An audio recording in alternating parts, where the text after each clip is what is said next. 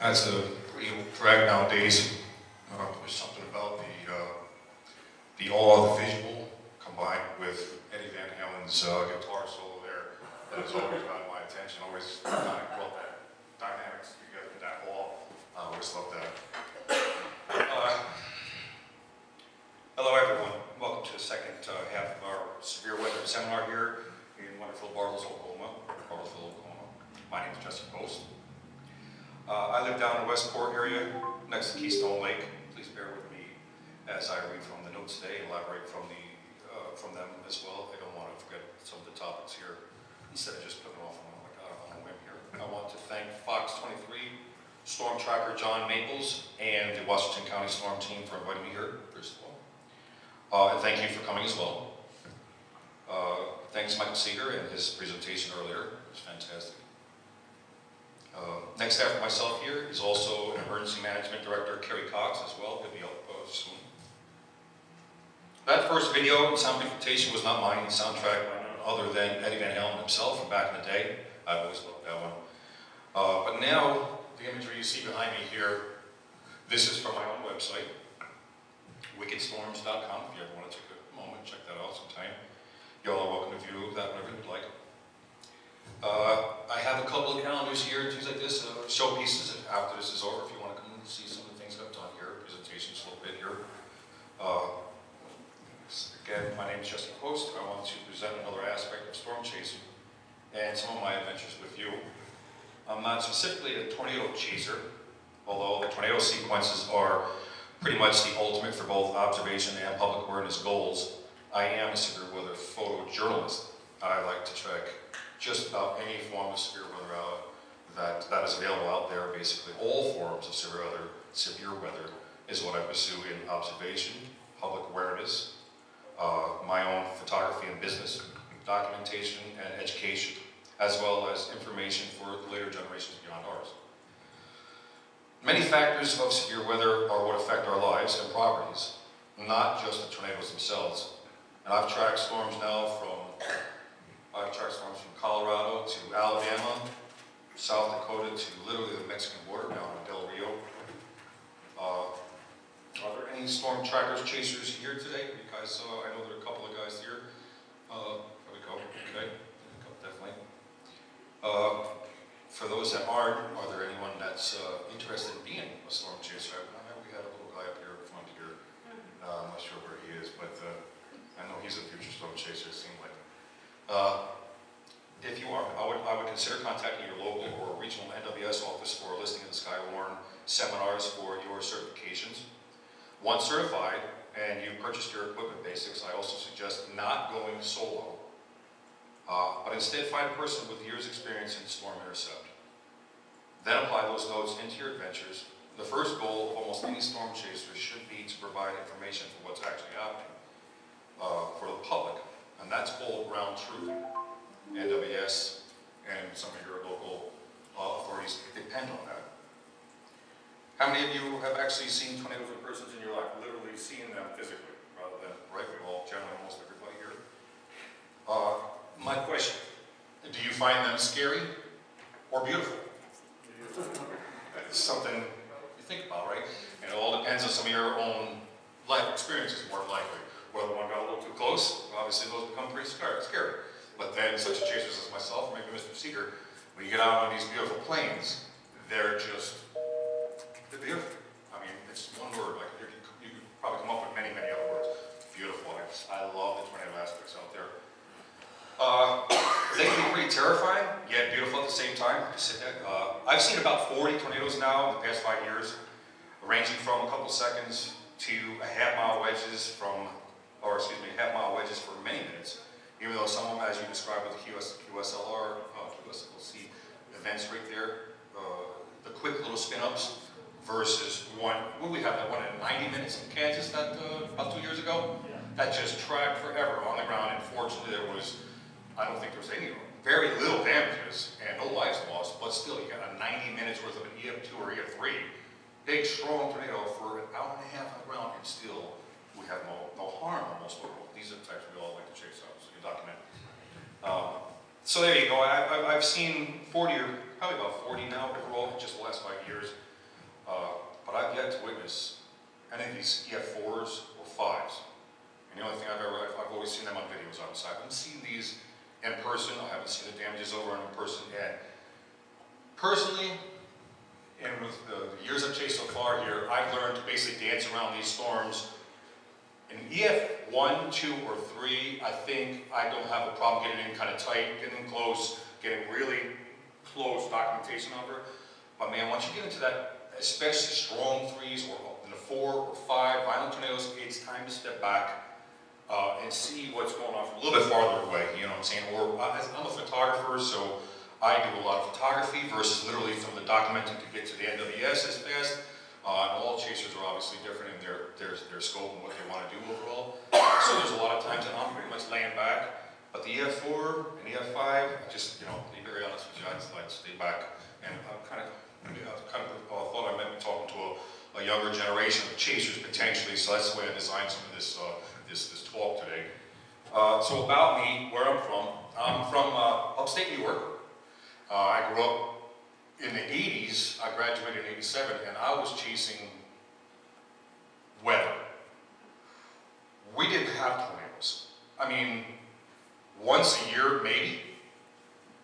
So, really the dynamics are obviously a lot different between the northeast versus the southern plains. They're drastically different. There are some similarities. I've seen, studied some, there are some. But I never really got to chase or even observe massive tornadoes. So, you know, in the mid-80s, I was in my teens. Y'all remember the days of pagers? Some of us do, right? It's been that long since I started. I like to help people stay ahead of the storm, basically. You know, it's one thing to view the, you know, observe, document it, photograph it, put it on social medias, Facebook, stuff like that. But to help people stay ahead of the storm is very close tied to my #1 passion overall. And upstate New York, as far back as the days of pagers, and you remember the voice machines that we used to plug into the wall, you know? I would do it that day, my family and friends, I would leave a message on my voicemail. I was plugged into the wall back in those days, right? And I leave a little message on there, and they knew that if they got a page from me, they should call my number and listen to the voicemail from that page alert. Well, that's about as long as I've been trying to help people stay ahead of the storm. So back then it was a little less relevant with tornadoes, but we would have squall lines that come over the mountains, a lot of pretty intense squall lines. I've seen 100 inches of snow in 3 days. I've seen 44 inches of snow overnight. So the scope of weather was a lot different, but then again, it also has extremes too that we had to deal with. So I never forget the pager days. I just want to bring that to the front of it. So as I went through the 90s, and then especially into the 2000s, I joined online onto the internet around 2008. And it wasn't long before that I started to want to provide information for a much bigger amount of people overall. And I never forget, maybe somebody can help me too, I think it was around 2010, I'm in upstate New York on my computer, and Western Oklahoma, I was very avid about the data and the radar and things that were happening out west. I was always super curious, I always wanted to be a part of it. So here I am, 1,200 miles away, and I don't know if you'll remember, it was probably around 2010, Woodward, Oklahoma. Do you remember anything about grapefruit hail and a tornado at night? I don't remember the year, I know it was pretty much around there, right? So I had a woman in her bathtub, on her laptop with her 2 kids, messaging me in New York State about what was happening. She had been following me avidly just on my descriptions of what was happening out in the West overall. And one thing that changed a lot of the way I looked at the dynamics of what was happening out here is when the last thing I got in writing from her was, "Oh my God, it sounds like a train." And that was the last words I got from her. And fortunately, I did get to hear from her the next day. But, I get the goosebumps right now. There's a couple stories I could tell you. Y'all have lived out here, but I've kind of been outside. Picture coming here. In 2013, I finally joined the Southern Plains overall. But that story right there was one I never forget because it really motivated me even farther to want to help the people around here. Help them know what's going on, basically. So what I did at that point, I didn't have a college education at the time. I didn't have anything to kind of show and tell. So I went back to college at about 42 years old. And I wanted to pursue, as I was talking with Michael, I wanted to pursue the meteorology. It was very intense, very expensive program. And I made it about halfway. I settled for the earth science instead, and my associate's degree in neuroscience, and then a secondary, which is liberal arts, basically an expansion of topics and presentations and stuff like that. And that would be in 2010. I went to college 2013. You all know that magic year. You discussed it very well here. 2013, I was graduating in May. You've already introduced the whole topic right here. It was just, I missed that whole segment by 3 weeks. And my whole aim was to be out here, be part of anything like that, you know, even though that probably wouldn't have been the best thing for me to be my first experience out here, you know what I'm saying, with BL, you know, no. So that's what kind of motivated me. In 2013, I came out here, and I went to Kansas first, and I spent about a year and a half in central Kansas. Now, I had grown up with waterfalls and mountains behind me. Beautiful, beautiful landscape. And out here, I went to Kansas first. It was like, I told everybody, it was like living on a pool tabletop. Oh my God, there's that storm's coming. It's 150 miles away. I didn't realize it was 125 miles away. But I grew up with lightning. I'm a lightning addict. I love the lightning aspects of storms. I'll chase storms until sunrise the next day. And I could see these tops, whereas upstate New York, you couldn't see around the bend. But yeah, you can see the tops of these storms, 100. I think, okay, I'm gonna go get that one, right? This is my 2014 year, my first year here, basically, 2013, 14. I'm gonna go to, I told the one lady that I knew out here, I'm gonna be out there I'm gonna go get that one. I don't remember which road it is, central Kansas going west, 70 miles an hour for over an hour, and I was still halfway there. That's how I learned the vastness of Kansas, you know what I'm saying? And literally the beautiful, I mean, observationally, it's just beautiful. It was so flat beautiful. So anyways, in 2013, 14, I spent in central Kansas learning the region, the cities, the towns, the road networks, and watching the amazing skies. 2014 to 15, I bought a cheap little pocket camera and began capturing the simple storms, which is a little camera.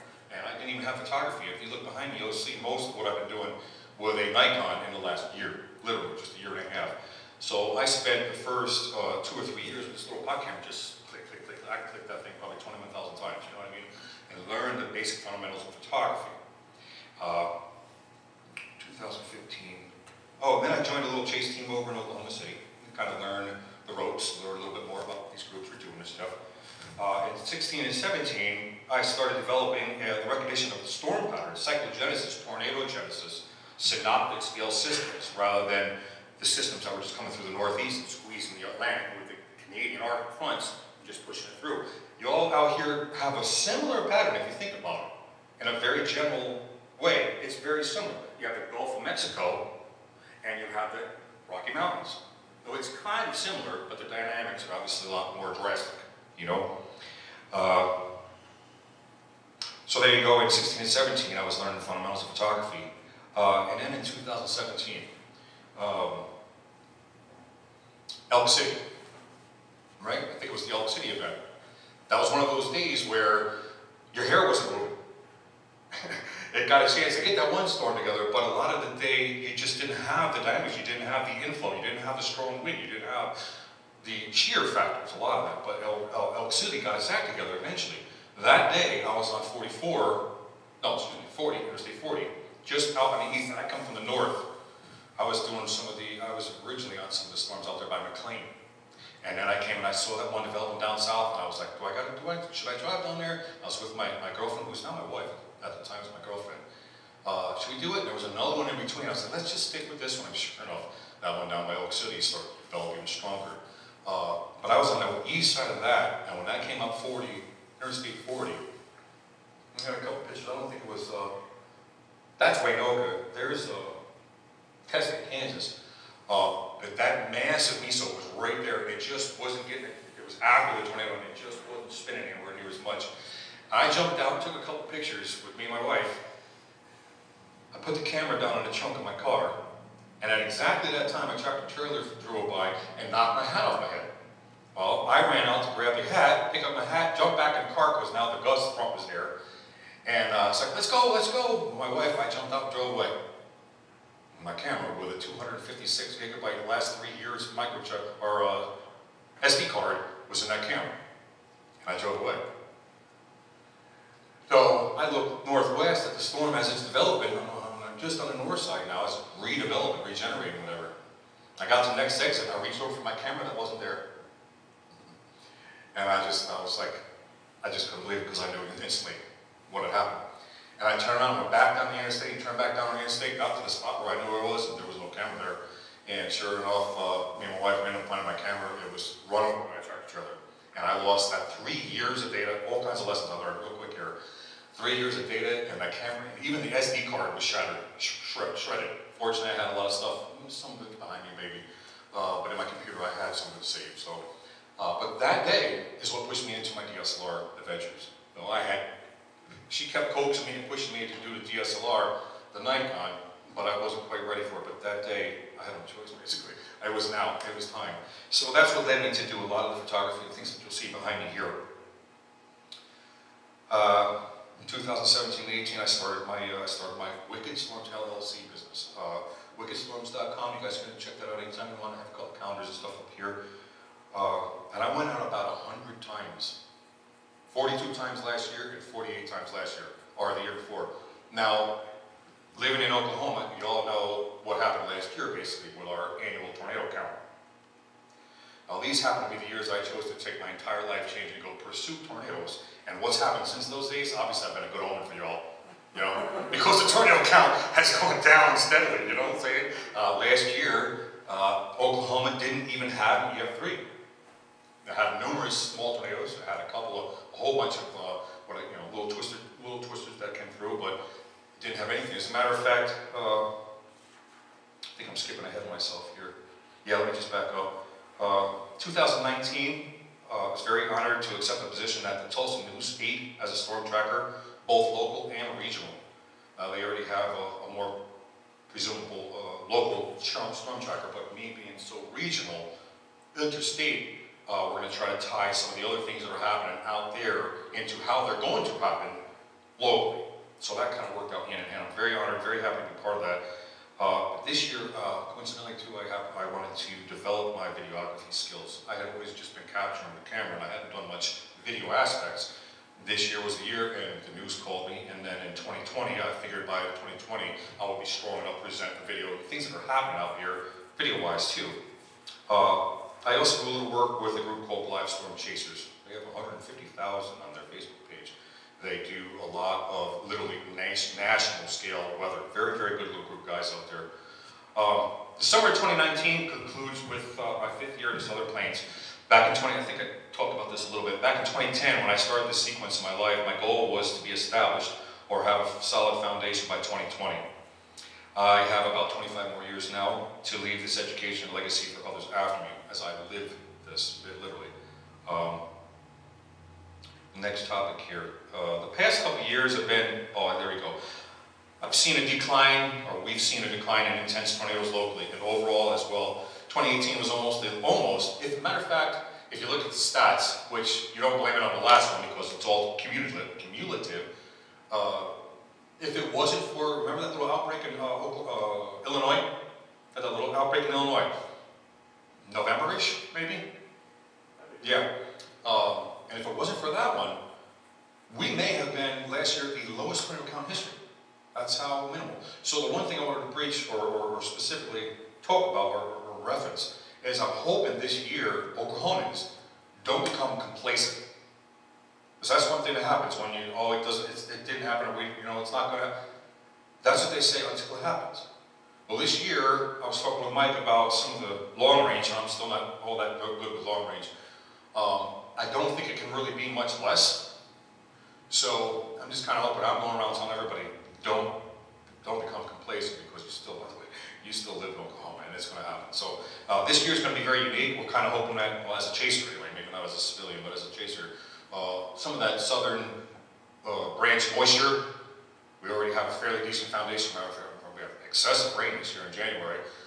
So kind of hoping that just that use alone will continue as a storm chaser or tracker or as an observationist, I'm talking here, not really as a citizen.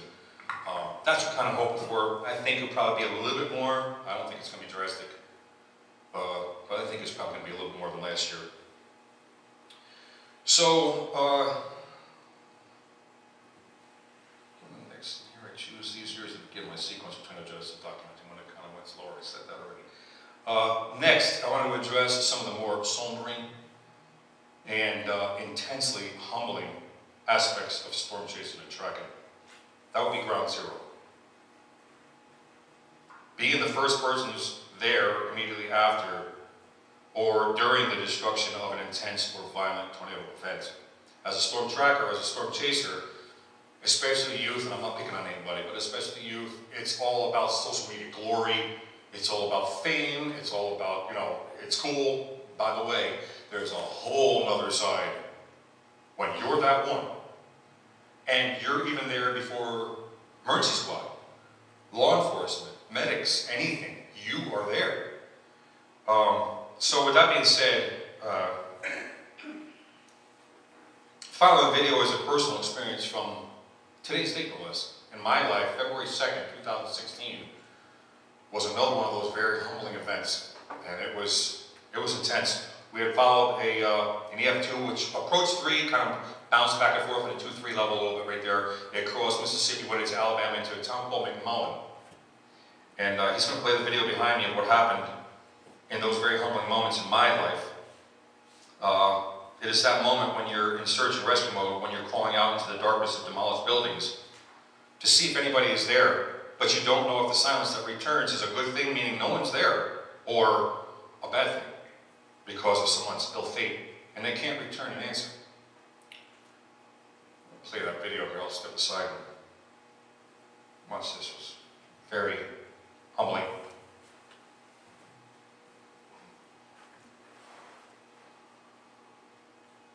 It's actually a 20-minute video, and I got it started about halfway through here. It's literally in the, whatever the old school carnage, the wreckage, you know. It really put a hurt on this area. It didn't flatten buildings, but it really put it, it was EF2 strong. And it was almost a half-mile wide. It wasn't quite a wedge, it was somewhere in between the stove, pipe, and wedge, somewhere in between right there when it hit this town. And this was the first time in my life where I was literally firsthand. I had seen a couple of them after the crews were there. If you remember up in Nebraska, the Wayne tornado, that was a pretty intense one. It hit up there. I had seen a couple of them after the crews were there. I already had taken care of a lot of the business. This was when people were coming out of their houses. I mean, the tornado was still going off in the distance. And we were not pursuing it anymore because we knew it was time to help people. And I don't know if you can hear this. Is there audio? Yeah. Is there audio? You'll see as I go through this right here, this was one of the most sombering points of my entire life so far. And obviously it's not, in my life, I'm realizing that, see the light is still flashing, it's still, minutes, you know what I mean?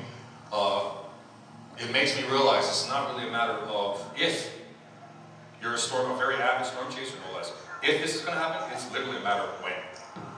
If you're strong, you're intense in storm training, you're that critical, you're going to be in this event probably at least one time in your life. Search and rescue were right there. Amazing. February 2.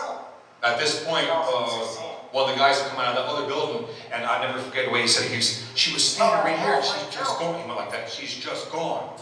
And he was so in a daze of dealing with that, I was just.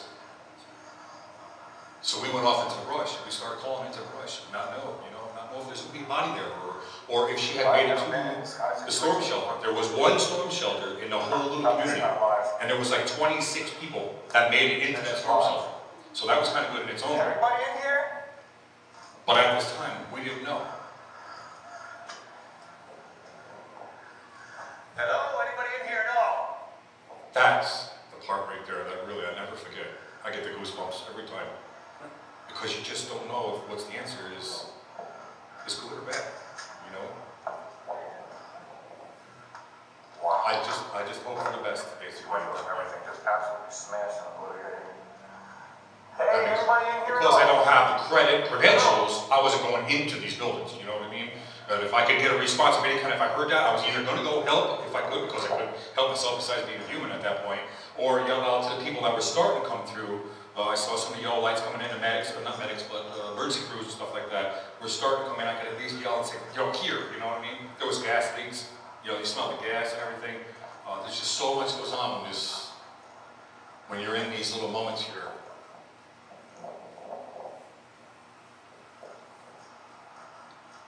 But this was the one that woke me up into, what am I going to be dealing with when an EF4 or 5 hits? And I'm one of these very intense storm trackers out there.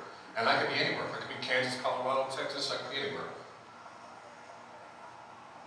So I got to give myself some training, a little bit. Everybody's good back here, right? Just want to double check. At the time, there was still 2 more supercells on the horizon west of us, actually southwest of us. So I was just telling these people, even though that one hit was terrible enough, understand that there's still 2 more that are just barely west of us, and they're possible to come through. They did, unfortunately. They stayed to the west side. But I had to let them know that it still wasn't even safe, and they were already dealing with disasters, you know? I think it's going to go to your west side. Feel that air still stagnant warm. That's not good, you know. There you go, thanks. All right there. Yeah, so far it seems like I kind of moved right out here real quick, so I didn't really get the full scoop out there, but I'm going to go back there now. Everything seems to be okay. It didn't flatten building, but there wasn't much left of many of the structures, and it was amazing to me.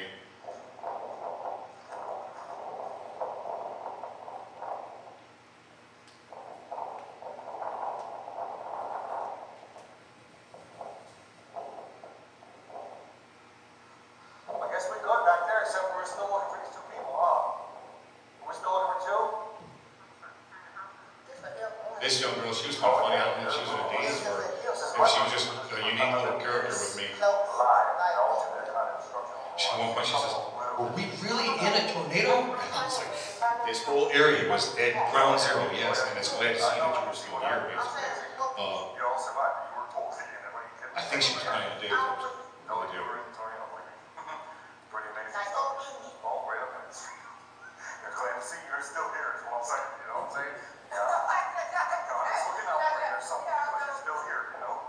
These kind of tornadoes. And you gotta realize too, there's down power lines, electric lines all over the place. You don't know if they're live or dead, you know? The gas is leaking.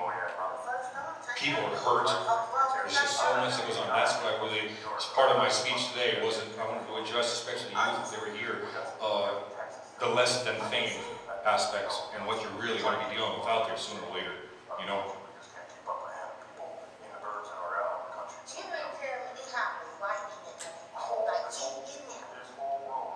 It was a predominantly African-American community there. The whole area, that whole neighborhood just took almost a half mile wide, a little bit more than a quarter mile.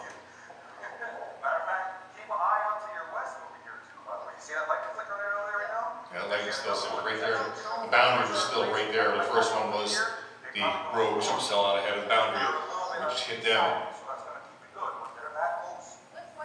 It was still like 78, 80 degrees. February. It's crazy. So you gotta pay attention to all your friends here. Pay attention for the next hour or 2.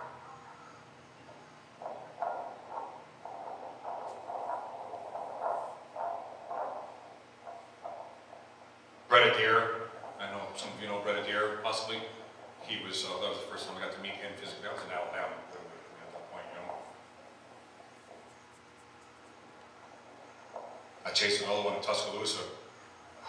At night, tornado at night, that's a whole nother ball game too. You don't get too close to those.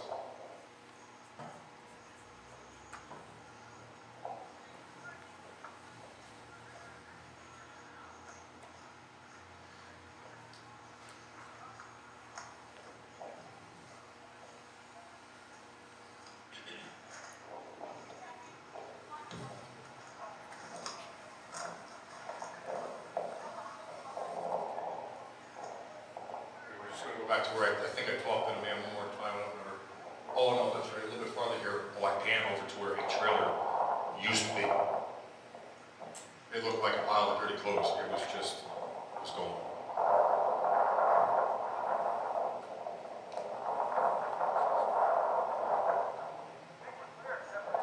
I was right behind that one in Lake 10 Killer too recently. That one was interesting. marina and took out the marina there, Chicken Creek or something, marina, I can't remember. Oh, okay. And again, I was there before the crews were there, so it's time for me to get certified and see the wires and everything right there on the ground. Another thing I want to teach and tell people constantly, if you get in these situations, number one, you don't trust those wires at all. You got to be very, very careful about those wires if you're going to be walking around at all. These people are, they're in days still, and they don't know. I was almost expecting somebody to step on the wire next, you know, you just don't know. This one was pretty brutal. It wasn't EF4 or EF5, but it was a heck of a wake-up call for me.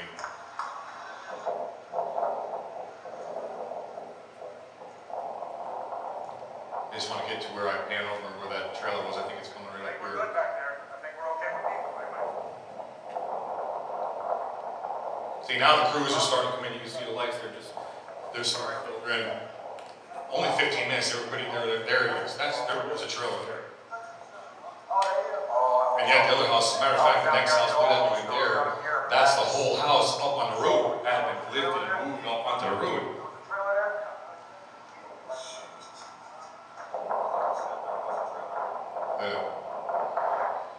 So this was my wake-up call to the next level, basically, because EF4s and EF5s are on my horizon. Mentioned, obviously, you all dealt with Joplin, you dealt with Moore, you dealt with El Reno, these things. I'm soon going to be there too. So I wanted to talk to anybody, whatever, about understanding it's not all about the glory aspects of chasing.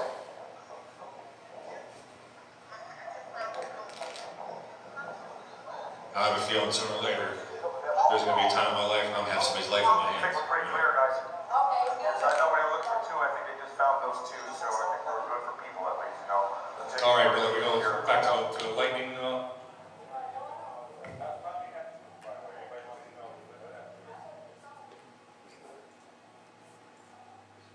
Yeah. McMullen. Today's date. So the next step here, actually this is about halfway through, but it'll probably click through here. One of my fascinations growing up in upstate New York was the lightning aspect. So I would chase these storms even out here long after tornado chasers were home and the day's over and the supercells are still growing. They're diminishing, but they're becoming hail cores. And the lightning is associated with them also, not chasing until the next dawn basically. But there's many, many times where I would also be reporting about the hail cores. Most people think the dangers are over because the tornadoes are over. But hello, those hail cores can be very, very wicked. As a matter of fact, the outflows, backflows of some of these, 60, 70, 80, 100, maybe even miles an hour in some of them, 80 miles an hour, that's going to cause some damage. So that's another thing that I love to do myself. I love to report, even late off into the night, severe weather. So I just wanted to emphasize overall, tornadoes isn't the only thing that we chase that we need to be concerned about. It's all aspects of severe weather. We need to protect people's lives, people's property, and your livestock and your pets, no less. That's another thing we take for granted. Don't think about the horses and the cows out there that are going to make it, you know. So some of the crazy lightning aspects, this is at the tail end. As a matter of fact, that's a pocket camera picture right there. Some of these pictures are also pocket cameras, but it'll click back up to the beginning. Some of my DSLRs, there's a couple of them in there I wanted to show here from Tulsa. You'll see the Tulsa horizon in there. Really wicked. As a matter of fact, a couple months ago, well, already 6 months now, remember that lightning storm that come right through the town, right through the city of Tulsa? Really wicked light. It came through Skiatook and everything. I was right there with the camera. That was one of the most beautiful moments of my lightning aspects. Yeah, here we go. So back over. Now look at this one. That's Copan Dam right there. Here we are in Bartlesville, so I figured I'd show you this. That's 50 yards to the ground, right there. That is one of the scariest lightning bolts I've ever produced in my life on camera. I was on a cow pastures on both sides of the fence, and that lightning hit next to the fence. So I don't know if that's 30 feet or 40 feet. I was picturing lightning that was off a mile or two off in the distance. Beautiful, dancing on the plains, right? I'm safe, it's all good. Bam! Right next to me, and somehow I saw, that one is just north of here, up past Copan, you go up there a little bit farther, there's Skiatook. But this is my fancy, especially when there's I-75 South, the bridge I-75 South right there on the south side of Tulsa. That's a 1.8 second pocket camera shot. That's crazy. The whole sky lit up in front of me. There's Bartlesville, just out on the east side of Bartlesville, one of the roads that go east out there. But anyways, that's my thing right there, and now I'm starting to pursue the tornadoes, reporting on some of the much more intense weather that's here. So as you see here, or may very well know from experience, storm chasing is not all social media glory, and the euphorias that are associated with it nowadays, thanks to Facebook. It can be very dangerous and have detrimental effects, even life-changing moments. Although I've yet to see destructions via 4 or 5, I have ultimate respect for dealing with them.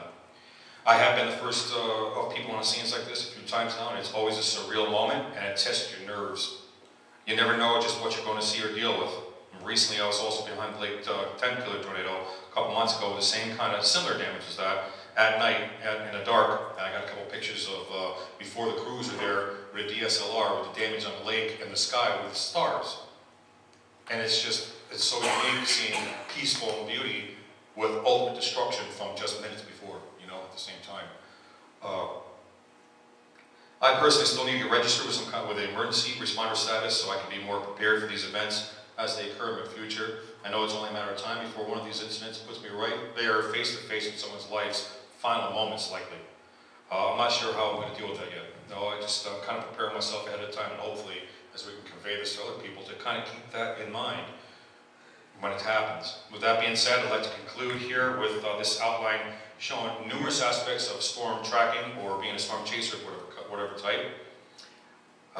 There are many types of chasers out there, and hopefully you will be the informational type to inform others basically what's happening.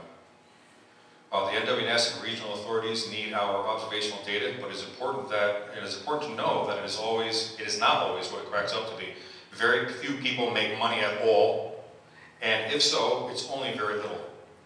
One has to be very hardy and relentless in order to pursue synoptic scale systems relentlessly. Many, many hours on the road, all the transportation costs and problems that occur, events don't fully evolve, equipment malfunctions, data reception issues, on and on and on and on it goes, and it's all out of pocket. But for many years now, I've made the choice to sacrifice the way I do, and I pursue the passions of my lifetime now. So that not only I can witness and document these amazing moments, but also I can be the up-close and personal observer that can report the dangers to the public to help people stay safe, basically, overall. The track and intensity of these events are critical for planning personal and property safety, damage, maintenance.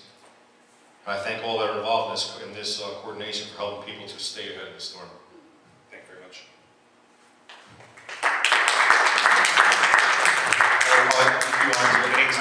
I left these up here. These are my calendars and a book. Anybody wants to observe those? This is some of the things I do, especially my photography aspect. So